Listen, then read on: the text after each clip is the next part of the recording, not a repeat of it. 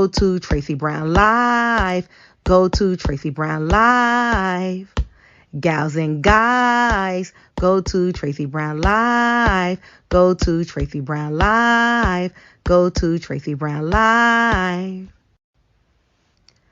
Gals and guys, go to Tracy Brown Live. Go to Tracy Brown Live. Go to Tracy Brown Live. Gals and guys, go to Tracy Brown Live. Go to Tracy Brown Live. Go to Tracy Brown Live. Good health, everyone. I started to say good morning. Good health, everyone. Come on in. We are going to finish Company of Prophets. It took a few weeks. This was a different type of book, which would allow us to have more conversations and explore some of the things that went on in this book metaphysically, psychically. Like, it gave us an opportunity to open up more about what goes on in the metaphysical world. So I appreciate the book for us being able, you and I, YouTube and I, and everyone that comes on after the show. I noticed that I get my numbers. Once I shut the show down, I get my numbers. So I even appreciate all those that listen later. I would hope that these conversations with the Company of Prophets is something that you could listen to when you're tired of music in your car, right? Sometimes when the kids are in the back seat, give them something to play with and let my words resonate. You'll be surprised how things can get in, positive things can get in besides music that says whip that ass, bump that ass. I'm not against whipping that ass out and bumping it. I am not against it. So I don't want y'all to think that I am putting anything down. In my old age is 62. I want to whip that ass or bump that ass. I want to do it before I die. I don't plan on dying right now, but there just comes a time in your life where you get, jealous of the young girls that can whip it out and shake it. And I'm like, well, damn, one day, just once. I just want to shake it once. I just want to move it, groove it, push it up and down, and I'll be good. I'll be good. Maybe on my OnlyFans account, I'll find a way to shake that ass. But I'm not just talking about shaking that ass, right? But I do want you to know that shaking that ass is metaphysical. It's metaphysical. Oh, by the way, it's cultural. Hawaiians do it. Africans do it. Greek do it. Like, come on. Come on. We do it. The men do it in cultural settings, in terms of like moving that lower waist. Caribbeans, don't mess with a Caribbean, child, because they do it. And it originated in Africa, the dance, right? So it's all cultural, it's all God-given. Like, what are you supposed to do when you're hot-blooded, by the way? We don't know nothing else when you're hot-blooded.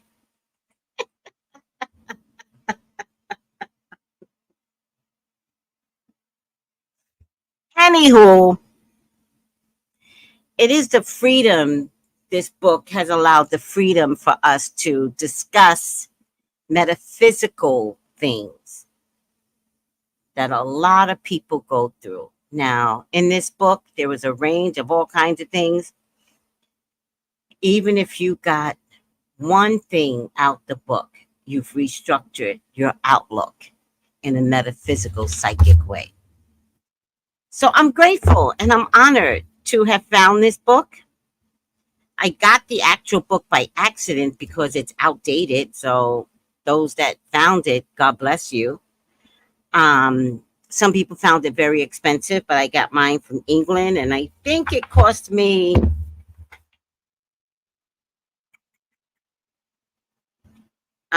probably, I don't remember anymore, but probably $21 with shipping. Probably came from England somehow, and I found it with the help of my group mates. But I also found the PDF, free PDF. So it was downloadable. It's just not as fun that way than the real book, but at least the information is available to you. So I'm just grateful that you and I have have found our way to each other, right?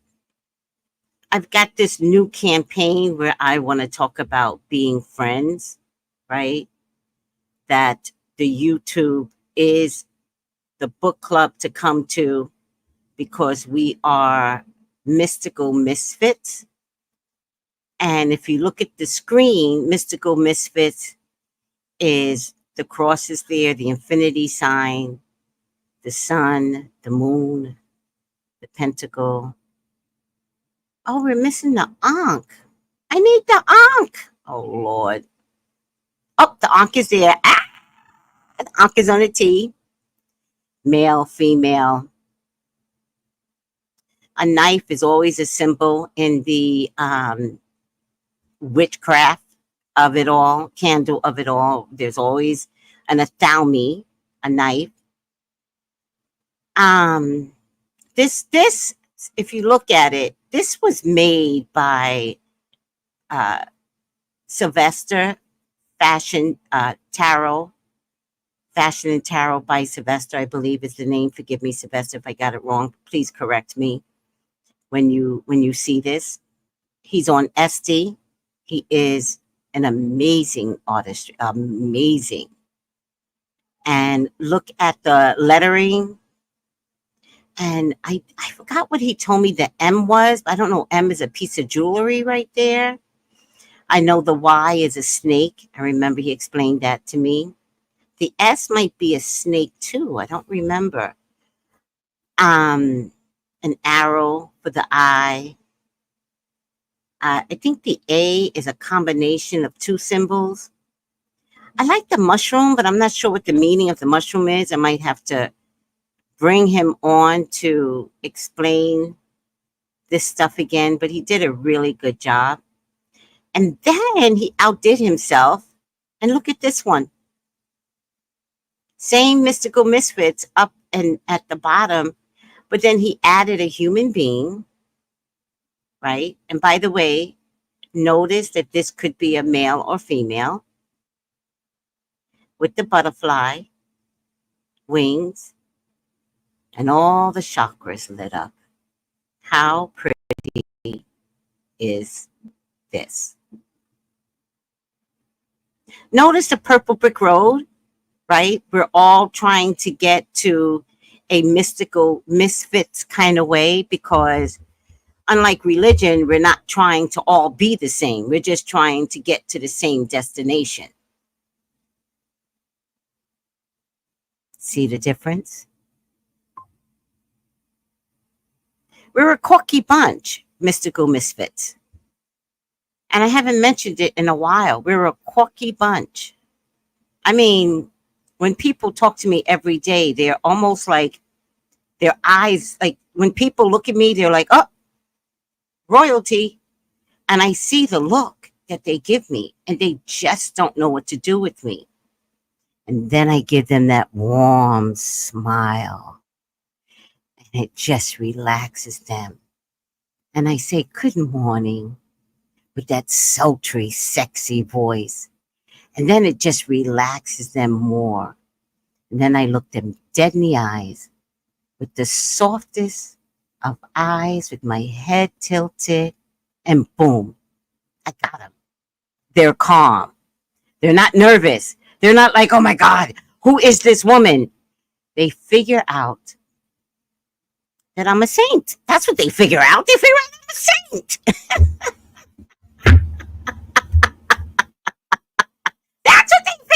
No, just kidding. Just kidding. They figure out that I mean no harm, even though I come very mystically misfit, right? All right, let's say hello to Incognito. Grand Rising, Tracy. Good health and Grand Rising to you, Incognito.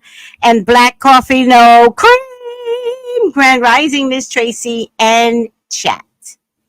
I like your picture. I like the purple. I can't tell if it's a purple flower, but it says, I am a blessed woman. I love it. Okay, let's get over to 244. After I finish, stick around because we're going to try a little practice um, in manifestation. Today, we're going to do a manifestation on your health, right? We're going to scan our cells and see what you come up with. All right. But for right now, let's finish the book. Let us begin.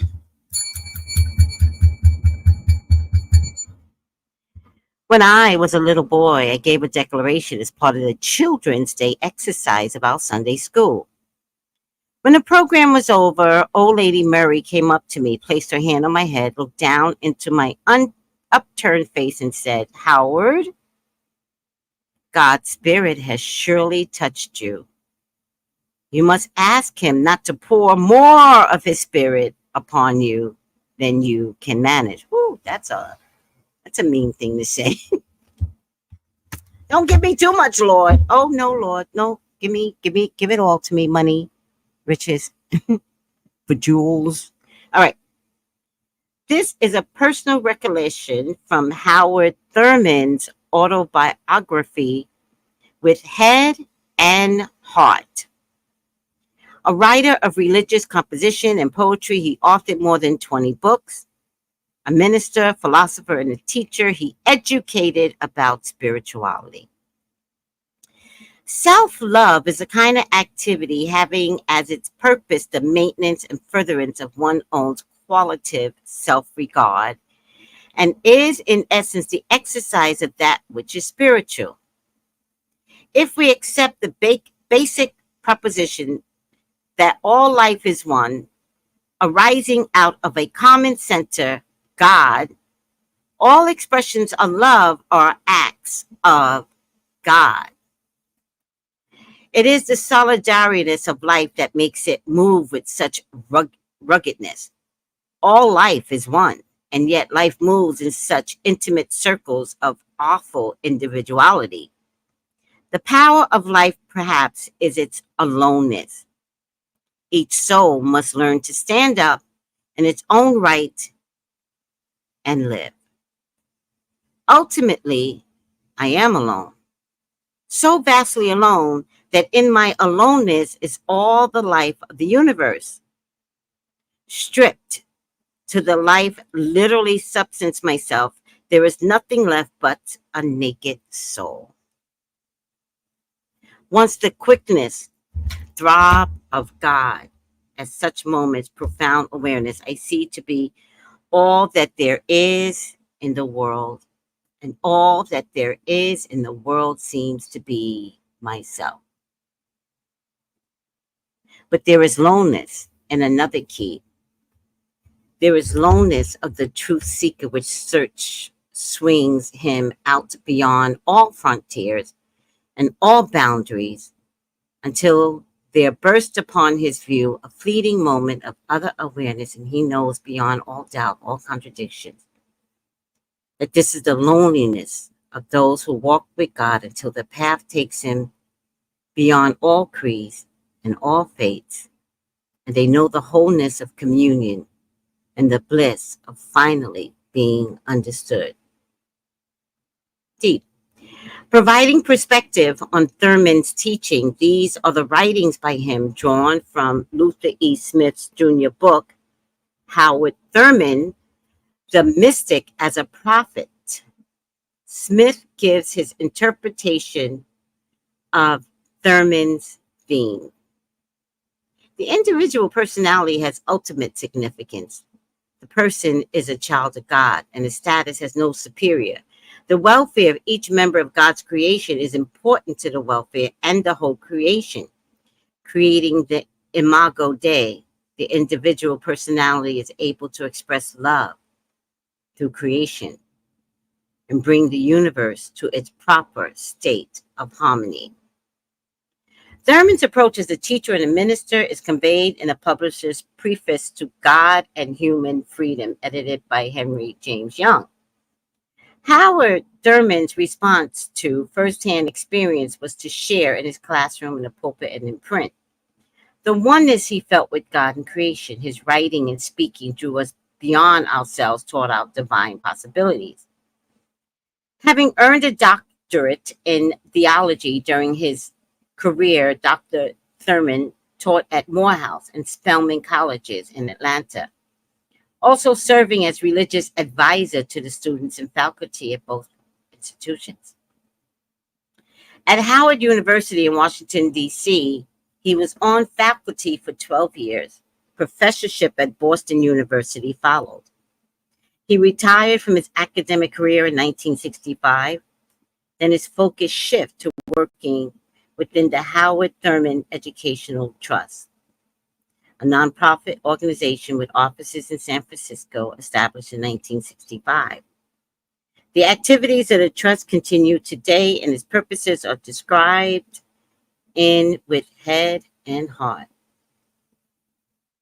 The trust was dedicated to the education of Black youth in colleges all over the country, but primarily in the Deep South. It was also dedicated to the enrichment of religious and spiritual commitment of individuals, blah, blah, blah, who would be helped by the collection and classification of my written and tape messages and materials that were the distilled essence of my spiritual discoveries, what I have gleaned from the collective fruits of more than 40 years. Melvin Watson, professor emeritus of philosophy and religion at Morehouse College, reflected about his former teacher in God and Human Freedom. For Dr. Thurman, education was not considered to be a pouring in process, but a leading out the development of innate powers of the student's mind. He threw himself enthusiastically into the process. In the same publication appeared the comments of Benjamin Mays, former dean of Howard University, the former president of Morehouse College, on his former students' qualities as a teacher. Many times we would spend hours with a single student engaging in the search of religious truth. Students became so overwhelmed with the intellectual genius and effective teaching style of Thurman that his popularity began to emerge at the national level. He attracted students to Atlanta from all over the nation. Another author, Luther E. Smith Jr., reminisces about his association with Dr. Thurman, and shares some of his personal impressions about this teacher. There was a freedom one felt in his presence, but Thurman was well aware that life had to be disciplined, and he could be funny at times. I resonated with what Thurman was saying. Luther goes on in memory. Thurman brought me to a legitimacy of my own path. He added depth to my path. My spiritual heritage was confirmed. My contact with Dr. Thurman provided depth and clarity to my spiritual development. This included fully embracing the rational and embracing the intuitive aspects. There was something about Thurman's presence. It was not just the way he spoke. Thurman created experience, and he elevated one. He opened a door. You felt love in his presence, Luther explained. He cared, and you felt love. Having received an invitation to be a visiting lecturer at the university in Nigeria in 1963, Thurman wrote of his anticipation in With Head and Heart. I long to discover the sources of indigenous African religions, to explore the underground spiritual springs that ran deep long before the coming of Islam or early Christianity. I hope to find a common ground between Christian religious experience and the religious experience in the background and the heart of the African people. If such a common ground could be located and defined, it seemed to me that the finest insights of Christianity could be energized by the cumulative, boundless energy of hundreds of years of the brooding spirit of God as it expressed itself in many forms in the life of a great people. It seemed to me in Africa we're still preserved perhaps the oldest religious memories of mankind.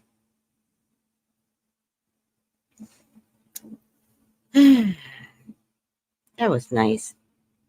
I long to discover the sources of indigenous African religions, to explore the underground spiritual springs that run deep long before the coming of Islam or Christianity.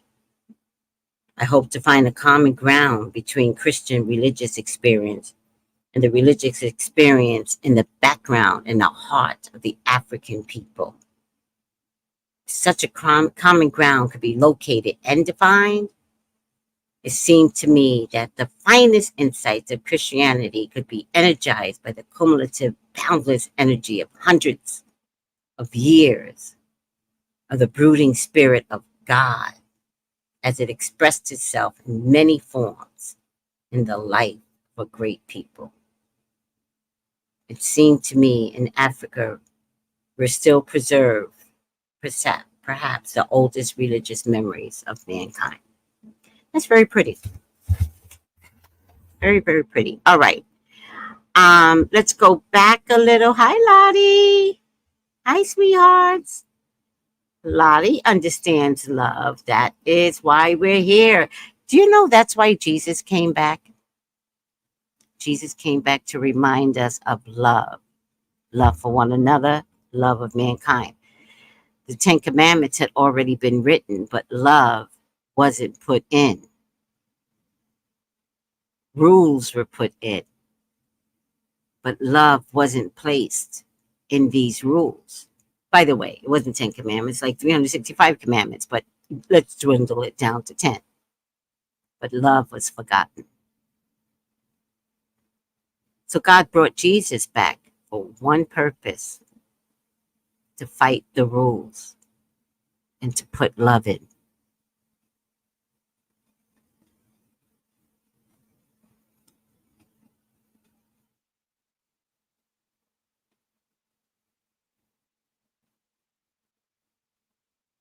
Yes, I need to stand up for myself. Interesting, Lottie, and not get over emotional. Yes, deep. Yes, we can't. Yes, can't we understand our friends? God lives. God wants us okay. Yes. These very clever people, very academic. How could they not get over academic? Well, I suppose it's completely possible, says Lottie, but unusual and special, like finding good friends. Jesus had lots of friends, so it must be okay to be friendly. Jesus just had the one friend that was cruel and did him pain. Thanks for reading the story, Tracy, sweetheart. You're welcome. Lolly repeats, love. Jesus is basically love above rules. Love has within forgiveness and so much kind things. Yes, Lottie, yes, yes. Oh, it's so nice to get there, right? And sometimes that's why spirituality supersedes religion, right? Because somehow, oh, we get there. where do we get? We get to a place of self-love. We get to a place of lack of loneliness. Awkward people will find themselves alone a lot. She's so weird. It's like uncomfortable. And so you find yourself hearing people thinking that you're the weird one in the group. And you know what? You probably are. Very often, metaphysical people are weird. We try to act normal. Have you ever been weird and went into a place and tried to, the rain's pain, right? And yet you still come out weirder to everybody. Oh, that's Tracy. That's the weird one.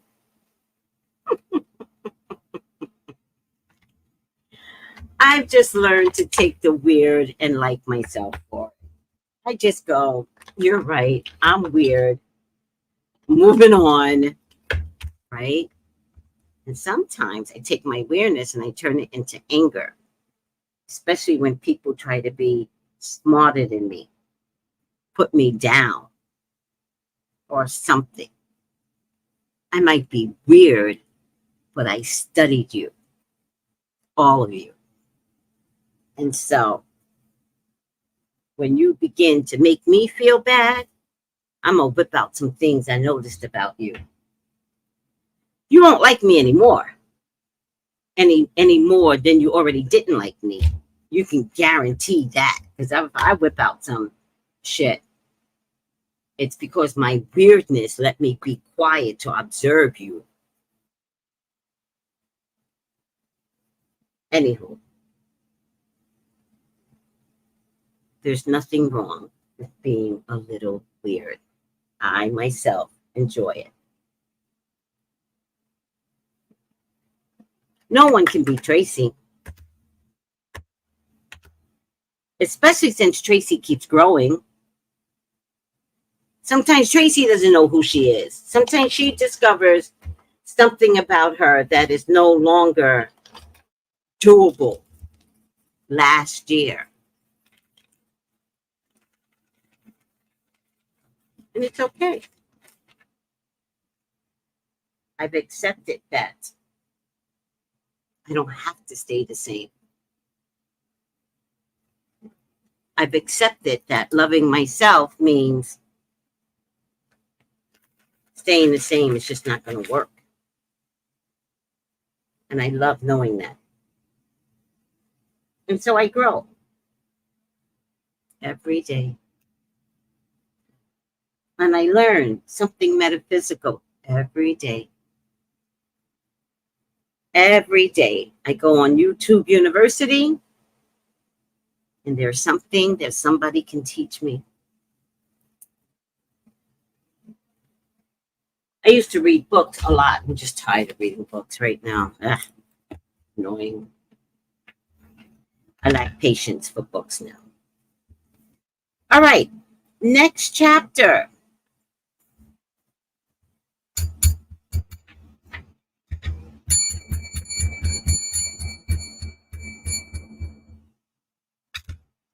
We are in search. Everybody is in search, whether they know it or not. Okay, here we go. Here's the deepness.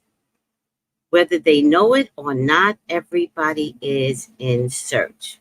Interesting.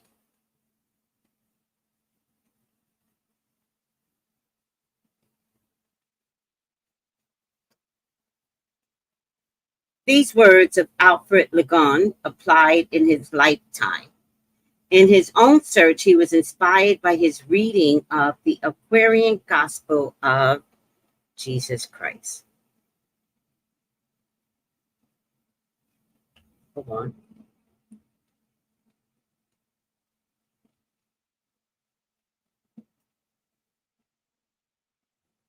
The Aquarian Gospel of Jesus Christ. In his own search, he was inspired by his reading the Aquarian Gospel of Jesus Christ, which communicated to him the idea of coming of the age of the Aquarian age. Ha, in 1941. But you and I are in the Aquarian age. Whatever this is he was searching for, you and I are in it now.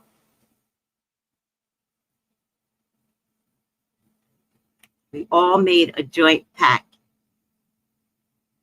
to be here at the age of Aquarius. All right, let me see. In 1941, Lagon wound up his activities in Chicago and New York and headed to Los Angeles, where he started a bookstore called the Aquarian Library and Bookstore. Before long, lectures, forums, workshops were being held on the premises, leading local metaphysicians and occultists coming to speak. Lagoon and his wife, Bernice, lectured and conducted series of study groups and held metaphysical events in the bookshop and in their home over the years.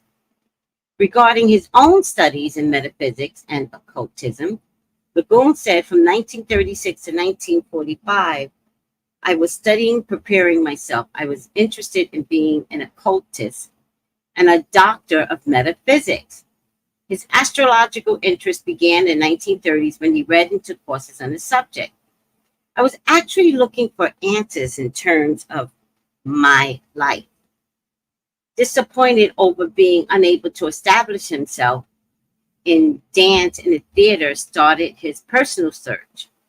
Prior to that, I had followed since I was a small child. The theater, I was working in the dance field and the singing field in the theater in Chicago for a number of years. The circuit went from New York, Chicago, Philadelphia, Detroit, Kansas City. I was working with that, all Black companies. When they put us in the talkies, they stopped the stage productions.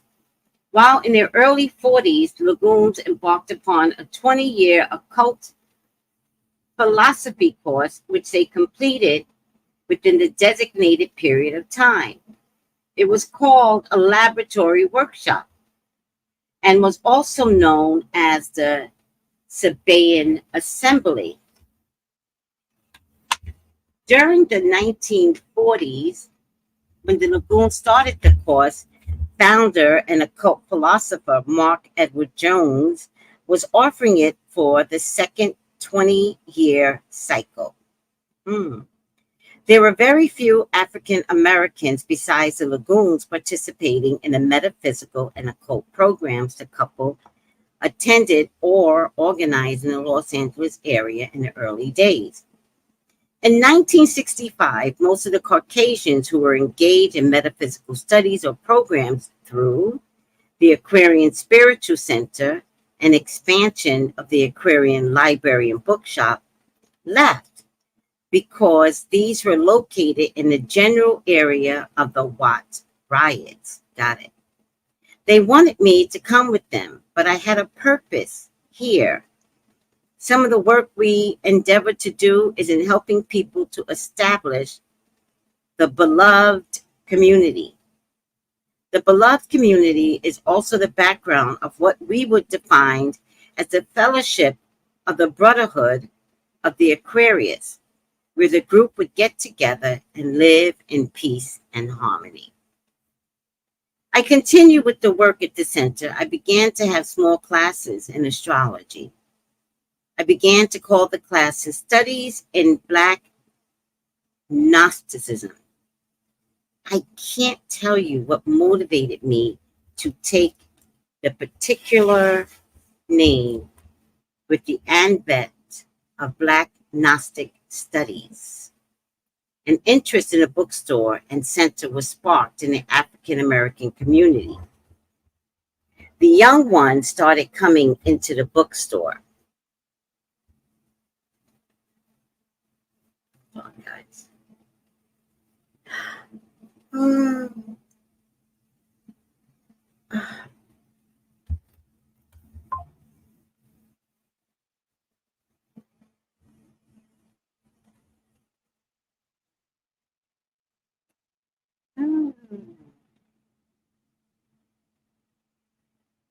Okay, and Black Nazi. I can't tell you what motivated me to take that particular name. With the advent of Black Gnostic studies, and interest in a bookstore and center was sparked in the African American communities. The young ones started coming in the bookstore. In our lessons, we defined that the word Black was also used by the Sufis, Sufis, the esoteric group which is related to Islam. They used the word Black to mean wise. They used it that particular sense. If you are Black, you are wise. That was the early part of the background we studied. Let me highlight that.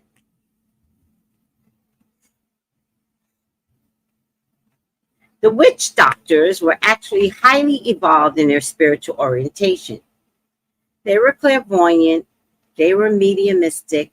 Arthur Churchwood, the author of Arcana of Freemasonry, speaks of how at the time of one's death, those witch doctors, masters, could see the energy coming out of the body in the form of what the body was. They knew that something existed outside the physical body, so they would try to make contact with those energies. The Aquarian Spiritual Center has become a national organization with 7 lodges located across the country.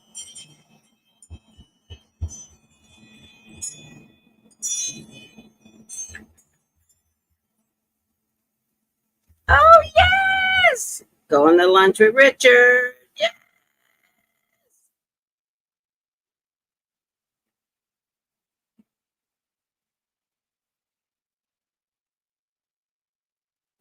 All right. Going to lunch with Richard. Woo, woo, woo, woo, woo. Going to lunch, going to lunch. You know what makes me happy? People, food. Food makes me happy. Not a man, not sex even. Just food. But if I could have a man and a little sex, I don't need a lot, but just a little, man, I would be skipping around, just skipping around. All right. Right now, it's going to be food with Richard. Oh, did I tell you guys? Hold on. Driving me crazy, Miss Daisy left the island for good, or sooner. Okay.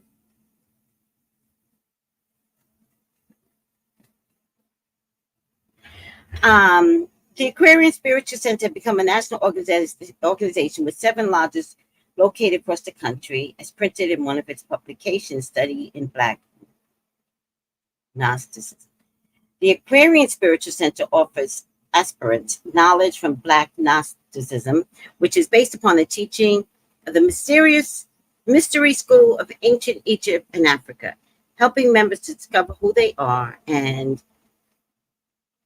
the means by which to put this knowledge into practical application, the ultimate goal of the center. From the archaeological findings and other records have been passed down through the ages, we find proof that the human race began in Africa. Moreover, not only are the origins of humanity to be found in Africa, but the origins of religion and Freemasonry are to be found there as well. The spiritual evolution of mankind out of Africa is based on 3 points: a belief in the powers of spirit forces and the elements of nature, earth, air, fire, water, recognizing that the continuation and health of human life is dependent upon these forces. The early Africans had greater fear and respect for the powers of nature than we have today. Psychic ability. It is well known that many early Africans have highly developed abilities in what we now call parapsychological powers. For example, clairvoyance, clairaudience, psychometry. Because the early Africans have such good psychic communication between the visible and invisible worlds, they develop a different attitude toward life and death than which we have today. They realize that life and death are unending cycles. You know, I say that all the time. I always say I have a different relationship with death. I don't always know what I mean when I say that, So to place it into words is hard for me, but to know that I don't fear death because, okay, because energetically, I get it. I get that if a baby is born inside a womb and all that baby knows is womb care from its mom, and humanity begins with the continuation of womb care. And all that baby knows is womb care, right? It eats, it breathes, it flourishes inside the womb. And then one day, the body says to the baby that's not yet born, you have to go. And the baby says, where? And the body says, you'll see. It doesn't prep the baby, right? There's no prepping the baby.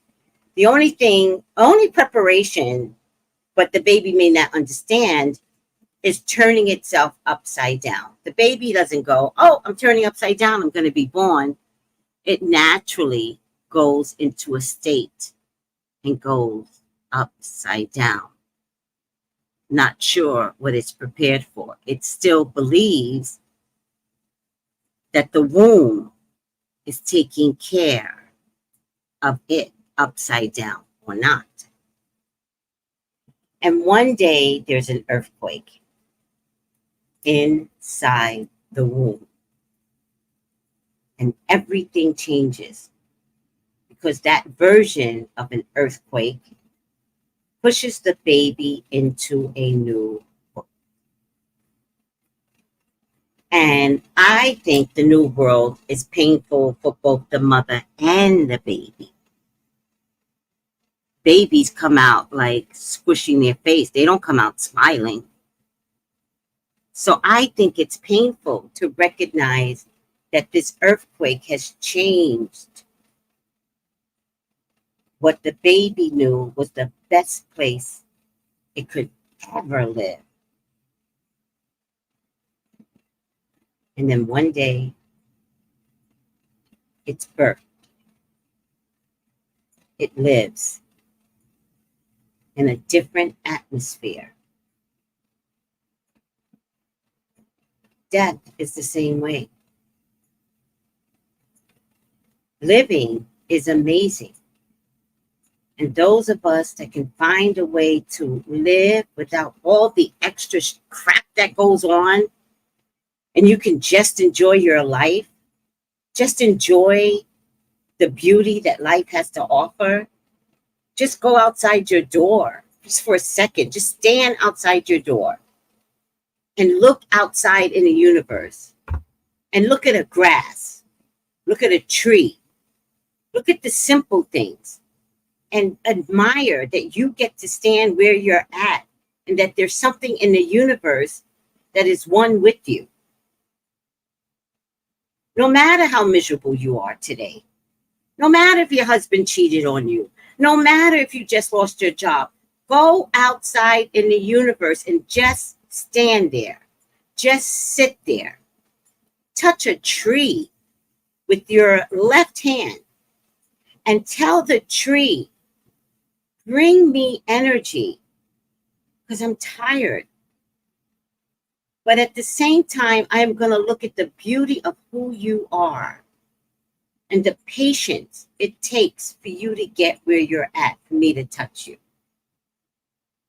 Was there anything painful in the tree to get there for you to touch them? And if you could just take a moment, just today, to appreciate life in something else that may cause you to live again.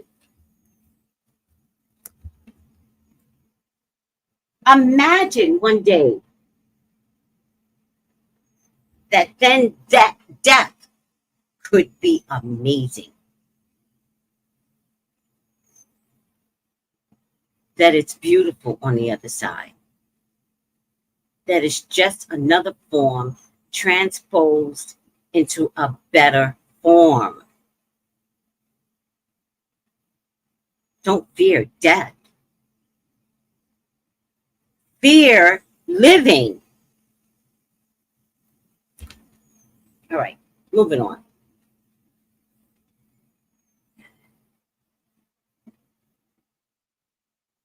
3, the existence of a great spirit in the universe. The early Africans gave this great spirit no name, for they described it as the nameless, formless, unknowable, unseeable, unteachable, indestructible force. That's nice.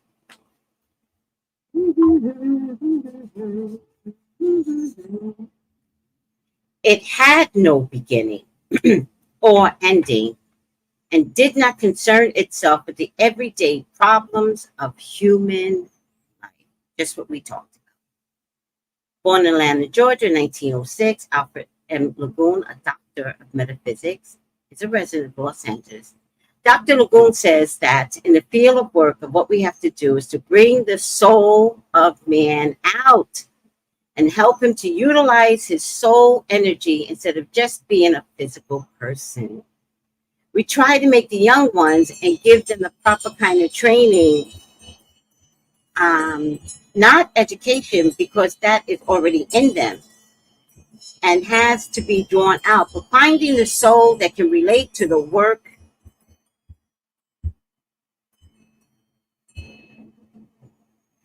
and be trained in that particular sense. He pauses to encapsulate his thoughts. We have to go forward.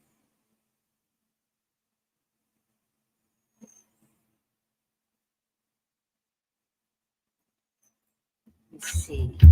We have to go forward and understand that those things were what those things are all about. We have to go forward and prepare the younger generation for what we would define as the Aquarian age. Oh my God, that's so beautiful.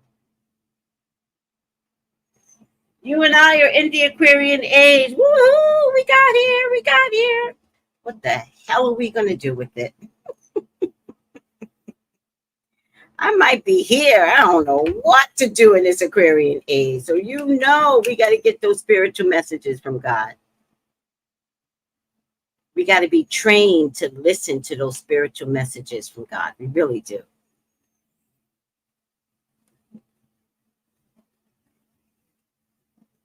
Okay. Oh, child. Are you guys getting anything out of this? Let me look at the comments. I don't always put the comments on because it's distracting. Yes, bring the soul out, says Lottie. Lottie says, I can do that. I can go out my front door and look at life. Do it, Lottie. Do it. The simple things are the best. Like guided by nature's spirit. Girl, I would love to travel to Africa with maybe our group and find out spirit. I don't know how. Love and peace, everyone. Lottie, the fact that you said it tells me that it's going to happen. We got to do it. We got to figure it out. It'll happen. We'll figure it out somehow. We'll get inspired. Yeah, we will. All right.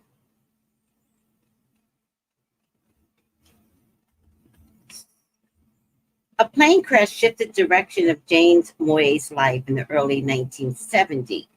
A crash which left him 2 years in a wheelchair. Before the accident, his training and goals were in music. A pianist, James had earned a master's degree at Juilliard School of Music in New York. After being involved in the air crash, I resolved my musical career and went on further my works and studies in the spiritual realm. He was still very much in the world of music and the actress after beginning his spiritual preparation. Jane proceeds through voices, vibrations, and visions.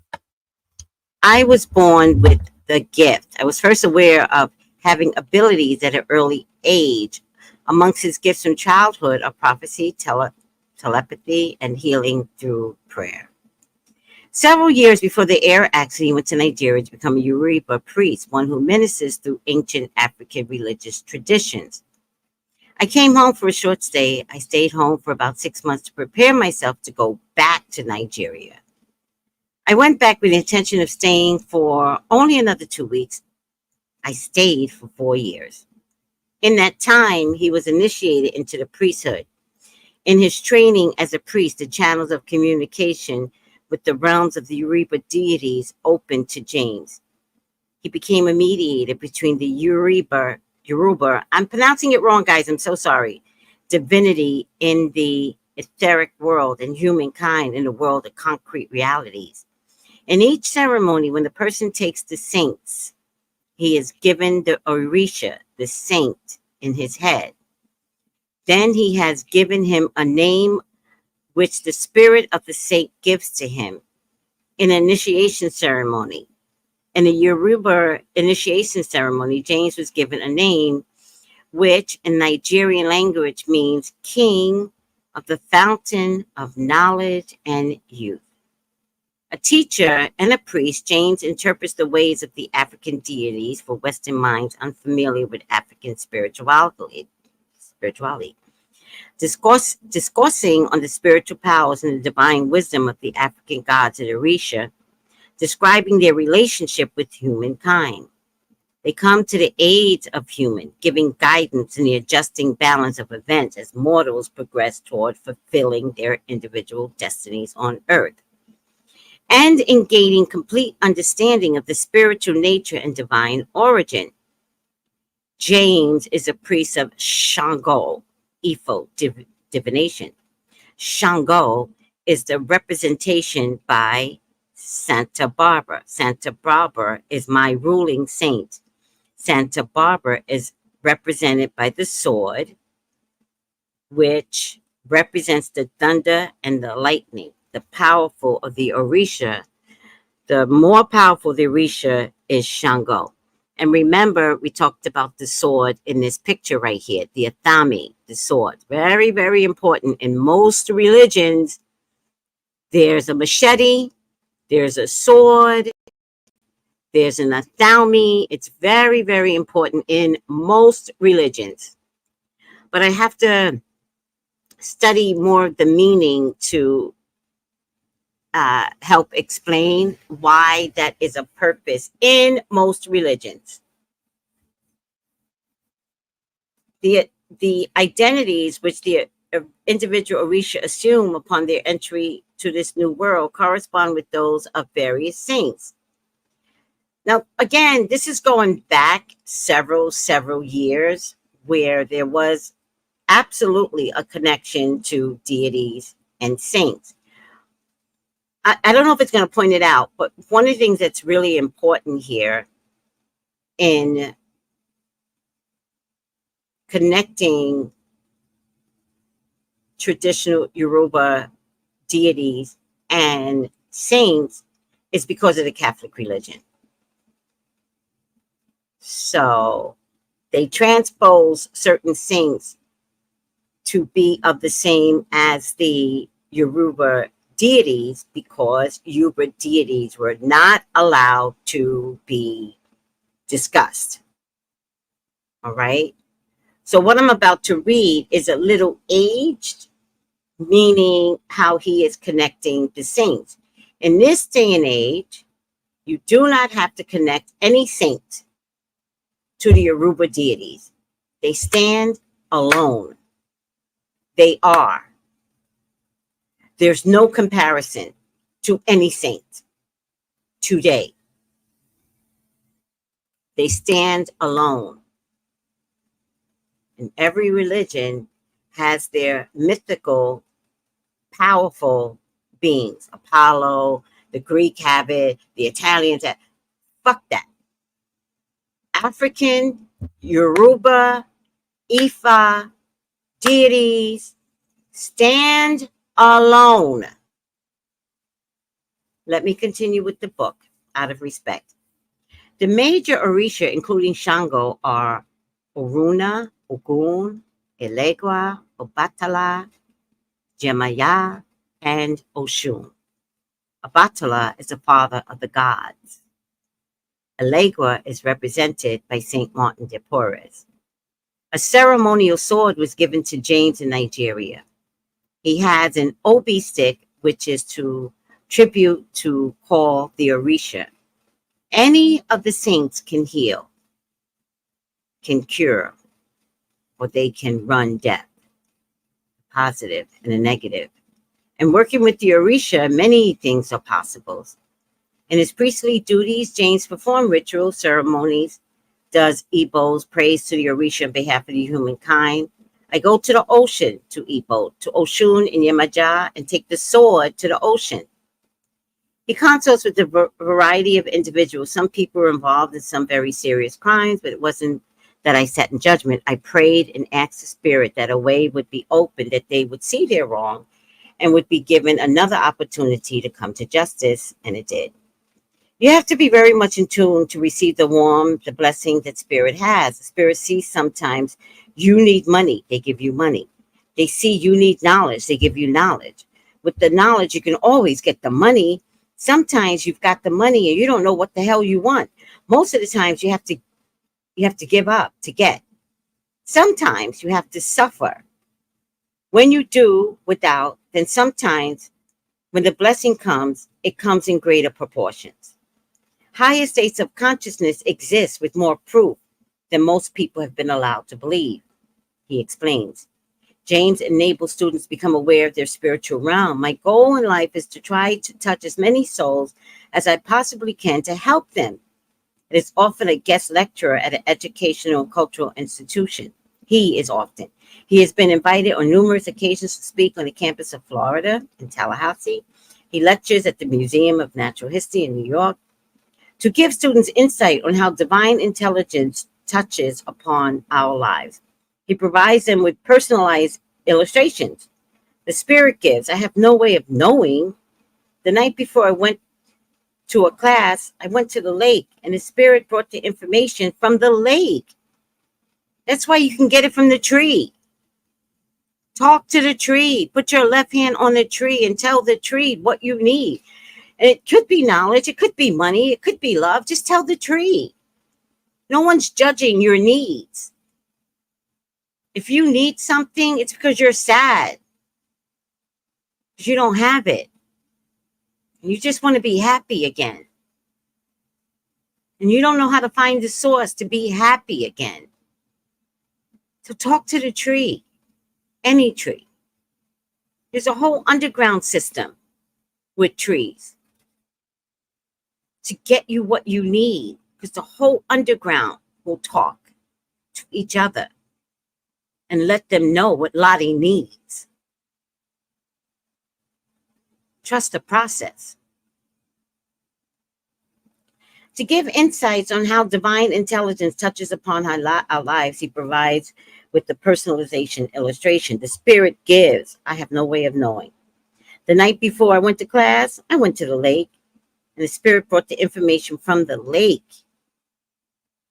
He was shown a young woman, her physical identity. I saw where there was going to be an injury to the foot. I could see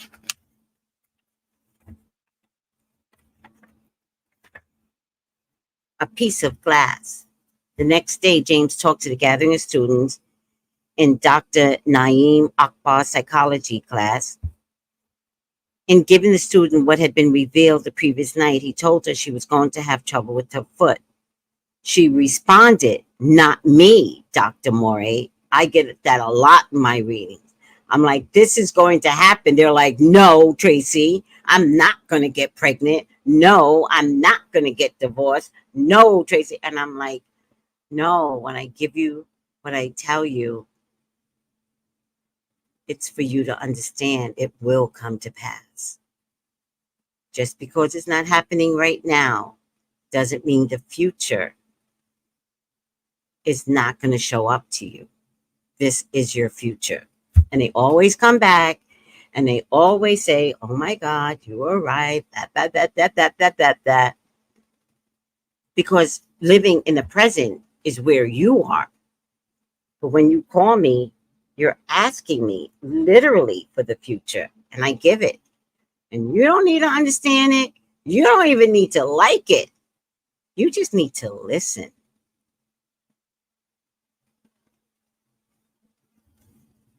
Not me, Dr. Morey.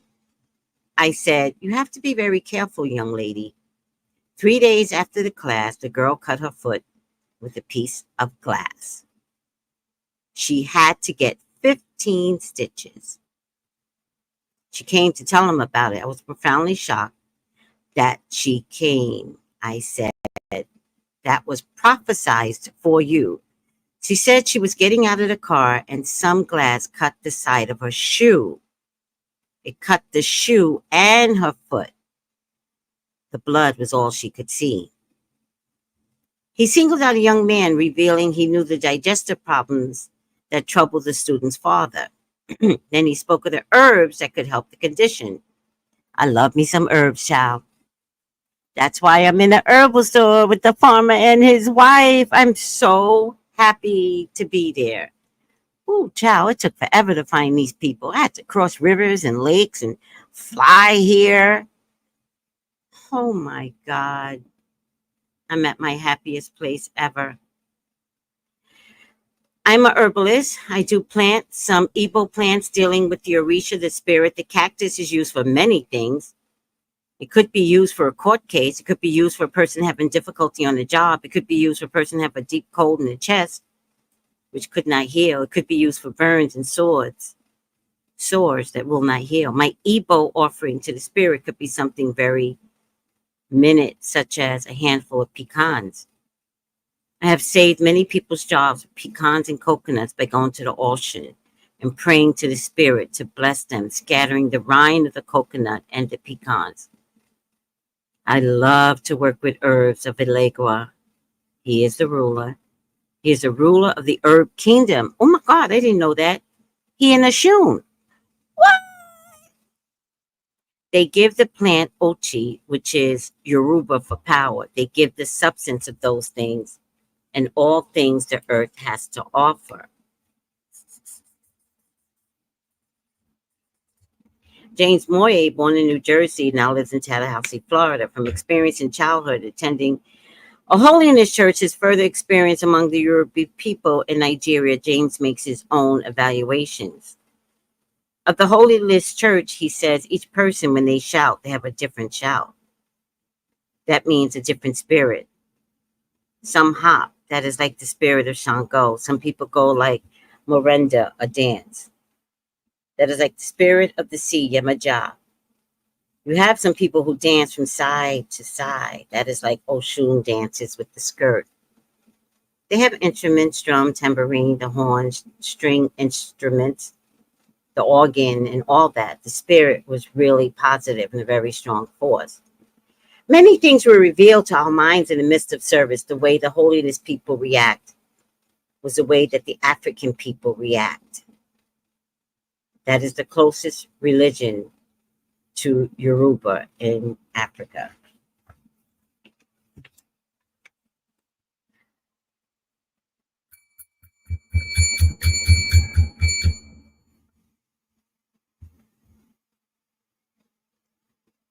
Oh my God, it's so much fun.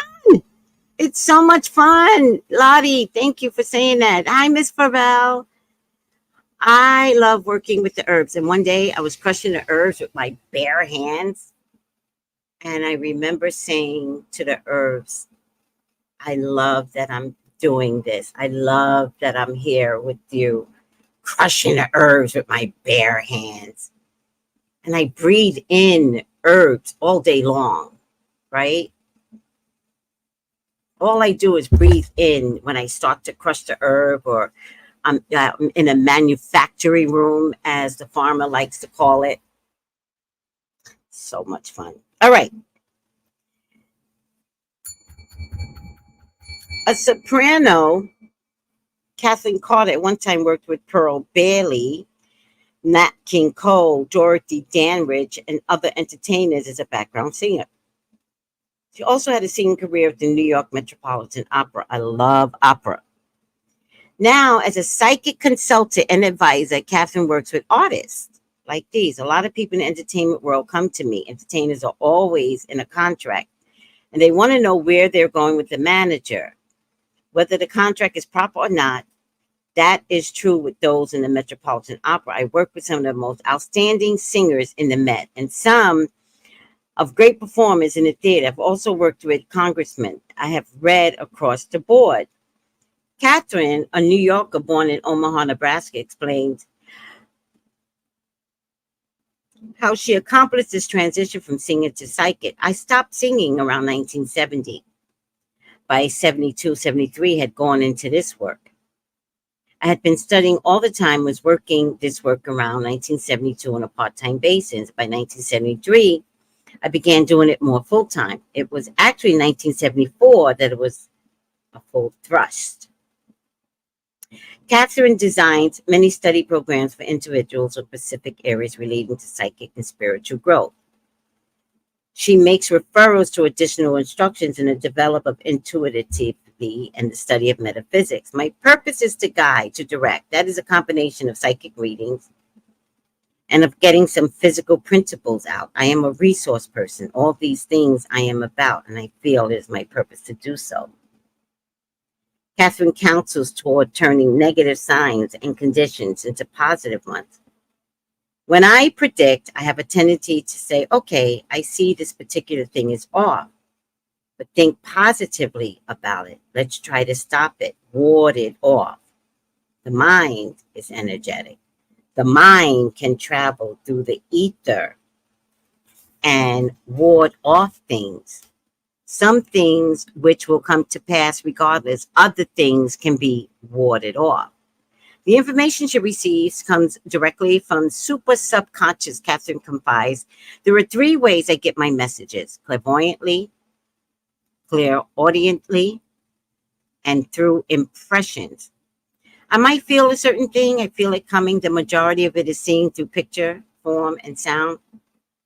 I can hear music. I can hear cars. I can hear most of what anybody might hear in everyday life. A statement might come clairaudiently. I might hear a person speak and it's in his own tone, a certain way. Sometimes it's just my own mind hearing it. It is psychic and prophetic. She shares her thoughts about the Aquarian age. I feel as we move into the Aquarian age, people are becoming more aware of what they can do. They are more sensitive to the intelligence that is around us in the atmosphere.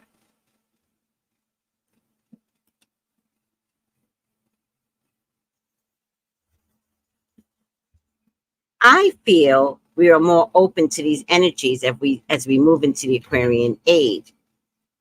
People are more open to psychic things more so than ever before. And I say to young people, study all you can about nature and its laws in a metaphysical world. Kathleen reflects, I have Black people as well as all ethnic groups. I have a United Nations here. Of course, my first concern is with Black people. I have to say that we as a people at times do not feel that we can attain in certain areas. I feel that I'm able to peer into that and see sometimes where they cannot see. And I feel that I've done something wonderful when I do that. And that's my concern with Black folk. With other people, other ethnic groups, I feel the same thing, but my first concern is with our people. I am very much into our African American culture as a people and what we have come from in regards to this work. We have come from very powerful things from the Dogon in Africa. I don't know what that is. Who are the Star Watchers and who are very metaphysical. Our people had old ancient societies that were equivalent to what we might want to call the Rosicrucians of today. Rosicrucian is based on mystical school teaching, which the Greeks call Greek philosophy. There is no such thing told us as we know if we read history, Catherine complains. I am about educating our people to that and letting them understand we come from something great. We really do, guys. The scholars know this, and whites are very aware of this. Our nature is spiritual. That is our basis. We are a healing group of people, and we can only do that from a spiritual point of view. Once we get back to our basic selves, we will begin to expand by developing our intuition, developing ourselves on a holistic basis. That is eating properly. Oh Lord, I'm about to eat breakfast and chow down some sausage. Oh man. Meditating. Okay, I could do that after I go and have some French toast, some sausages and some bacon. Then I will come back. I will meditate, and then I'll have a very good salad lunch. Exercising. Come on, guys. We gotta exercise. Come on. And positive mind thinking. All those negative thoughts, we have to transpose them and put love into negative thoughts. So if you're saying something bad about yourself, transpose it and say something nice. And it's going to take practice. And it takes 66 days to change your way of doing things and to change your way of thinking. But we still have to start somewhere. Once we understand through studying things, we can align ourselves with the laws of nature. That is what we came from. All our religions were based on natural law. We all have genetic memory, Catherine concludes, with emphasis. Once the Black person, it says man here, but I changed it, has tapped the genetic resources, he will be a God again, as he was in the beginning. Woo, that was a nice. That's so nice. Okay, last chapter. The influence of the African religion, which James Moy observed in his childhood church, gives evidence to how spiritual legacy passes from ancestors to descendants. Catherine Carter, Alfred Lagoon, Louisa Teach, Howard Thurman have similar perceptions. By the way of the slaves from Africa as early as 1600s, ancient religious and metaphysical belief practices and observances for Africa were carried to the New World.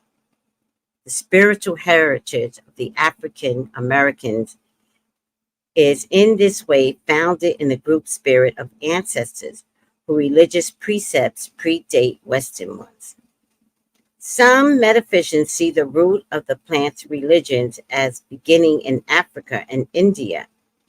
African Americans thus reflect to varying degrees in their beliefs and practices. The earliest religion and spiritual heritage of Earth's pre-recorded history is in Africa. The individuals presented in the company of prophets, African American psychics, healers, and visionaries, of course, share in their blessings in their very singular ways of that ancient spiritual inheritance.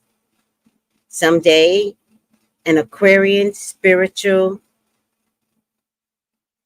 ecumenical will be created among African Americans. The gathering will exist outside of all earthly religions, exterior to groups holding to restrictive belief systems, and beyond bodily, social, economic, and political orientations. This African American spiritual interconnectedness would materialize for the purpose of building a reservoir of positive energy to clear away the suspended age-old negative energies of racial invalidation accumulated from the African American people's tragic history, the refocusing of positive energy, composed of the unified spiritual awareness of African Americans, would then thoroughly cleanse the hurt, cleanse the hostility, cleanse the hate and despair, and the wounds of minimalization, dehumanization, and despiritualization. In that spirit cleansing, the collective consciousness of Black America will be heightened and subsequently revitalized. And so will each individual spiritual being who has chosen to incarnate as an African American. You chose to be Black people. Be rehabilitated in that time of transformation through the agency of group spirit and the positive masses conscious of the race. That's the end. All right, guys, we're going to do a quick meditation. If you can, if you're driving, you can always do it later. So you could turn off the radio right now. We want no accidents. But if you're in a comfortable space, kick up your heels, put your head back, just listen.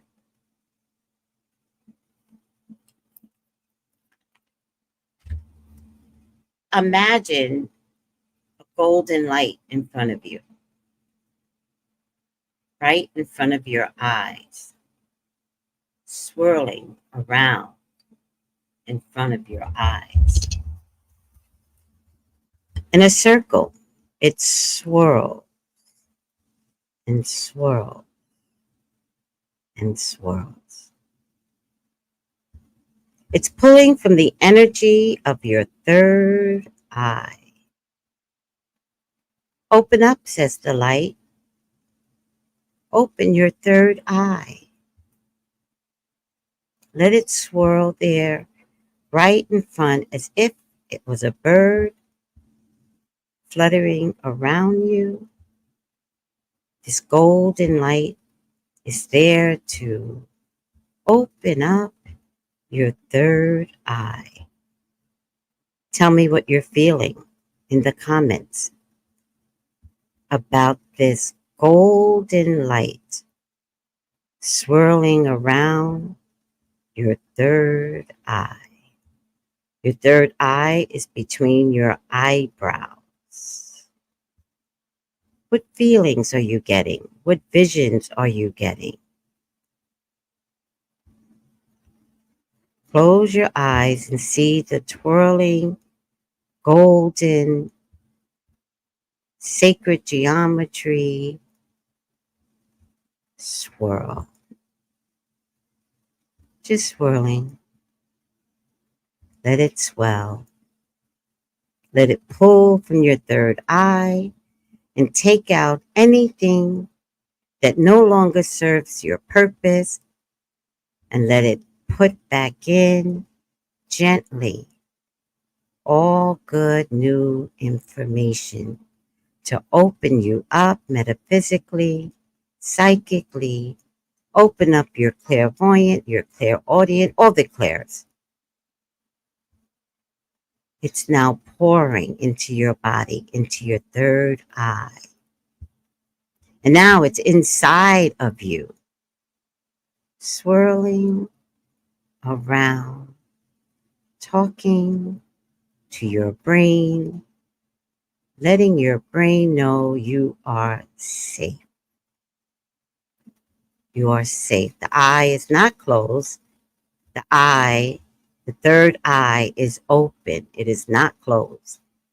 So as the golden swirl is inside of your head, it can exit at any point, but it's not ready yet. It's swirling. And you're inviting this new energy of golden, shimmery light inside your head, where so much darkness and negativity have lived for years, and it's pushing out anything through the third eye that no longer serves your physical self. Get out negativity, get out hate, get out loneliness, and it's pushing out through the third eye all the things that doesn't serve its purpose inside of you. And it's fierce, and it's powerful, and it's grabbing anything in your mind that has corrupted your ability to live gracefully. Get out.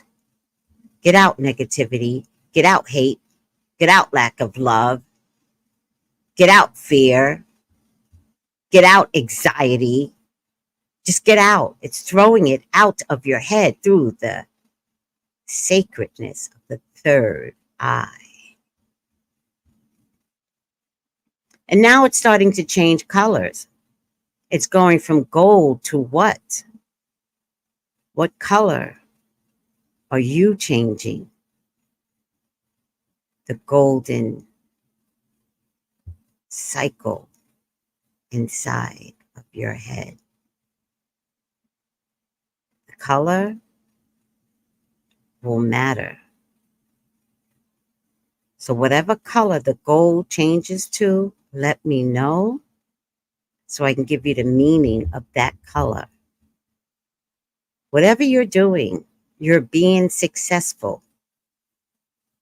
Even if you're trying and you're not getting it, the fact that you're trying is success. And for others who opened up their third eye and let that golden light in and release all negativity that has been holding you back for years. Get out, jealousy. Threw it out. Get out, shame. Throws it out. What else we got? What else do we need to get rid of? Get out, body dysmorphia. Get out. And it's thrusting it out through your third eye from the inside. Go to the ground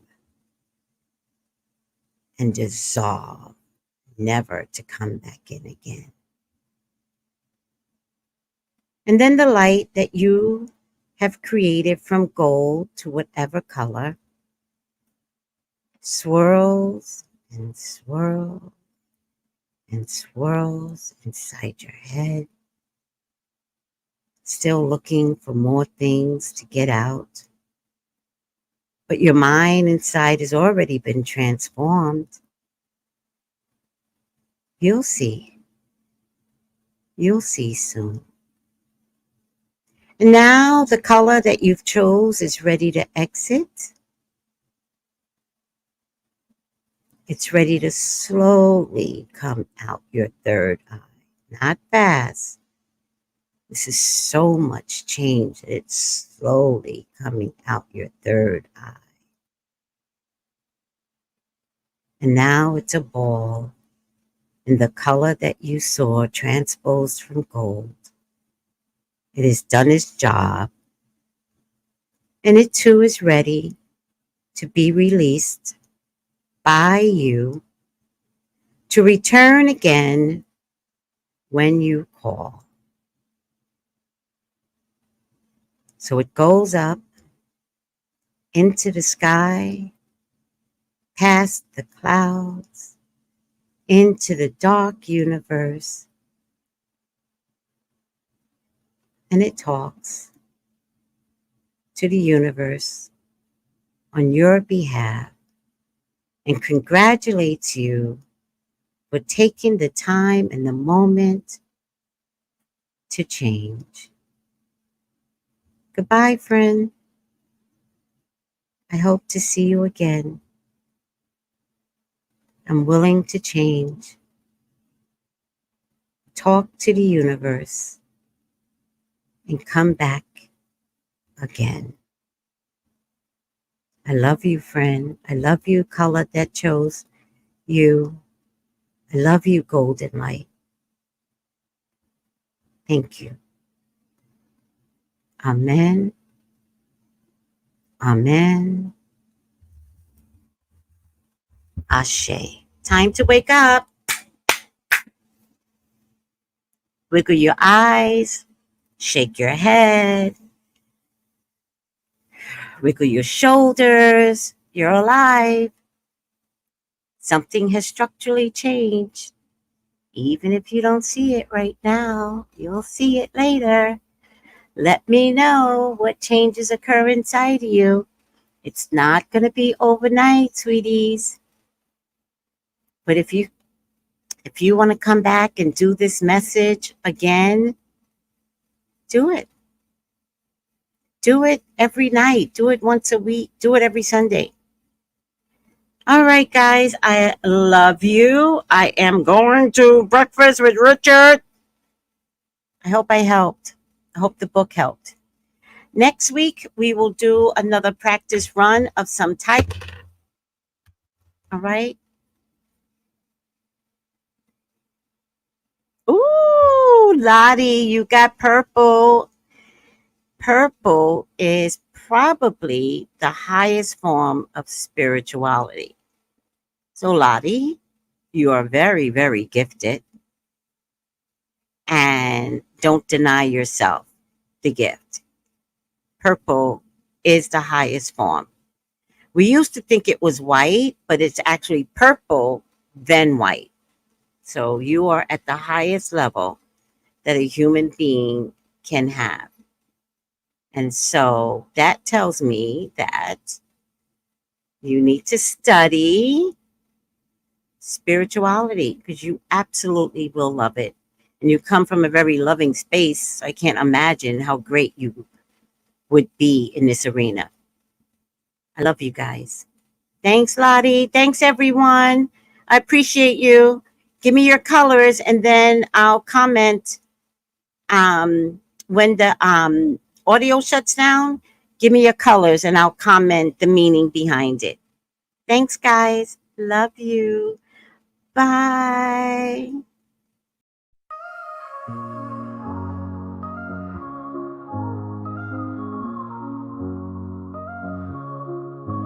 In the heart of the city, there's a lady so divine, with a gift so rare she can read between the lines, unlocking mysteries. She's the one we all admire. With a touch of magic, she sets our souls on fire. From psychic readings to rosemary oil so pure, her spirit shines bright. Of that I am sure. On TV she graces the screen with grace. Her presence is a blessing in every time and place. Pop culture psychic, in tune with the stars. She sees beyond the veil, even beyond Mars. And when the night falls, Tracy after dark, her wisdom illuminates like a powerful spark. So if you seek guidance, look no further than her door. Tracy Brown live where wisdom does soar. Through the realms of the unseen, she'll light your way. With every word she speaks, darkness turns to day. Tracy Brown live, the beacon of light, guiding us through the shadows of night. Her voice like a melody, so pure and strong. In her presence, we know we belong.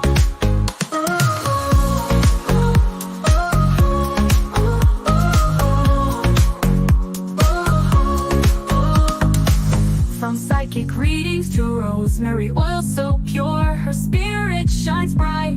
Of that I am sure. On TV, she graces the screen with grace. Her presence is a blessing in every time and place. Pop culture psychic, in tune with the stars. She sees beyond the veil, even beyond Mars. And when the night falls, Tracy after dark, her wisdom illuminates like a powerful spark. So if you seek guidance, look no further than her door. Tracy Brown live where wisdom does soar. Through the realms of the unseen, she'll light your way. With every word she speaks, darkness darkness turns to day. Tracy Brown lit the beacon of light, guiding us through the shadows of night. Her voice like a melody, so pure and strong. In her presence, we know we belong. Tracy Brown lit the beacon of light, guiding us through the shadows of night. Her voice like a melody, so pure and strong. In her presence, we know we belong.